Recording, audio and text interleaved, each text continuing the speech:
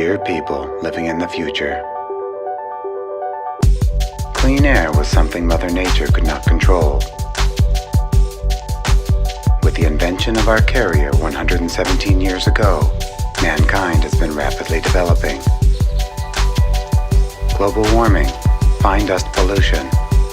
Nature has given us a burden to solve. Air technology needs to continually improve with each period.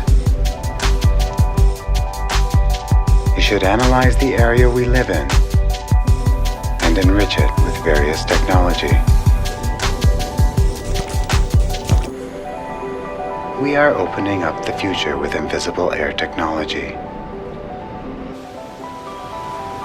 Carrier.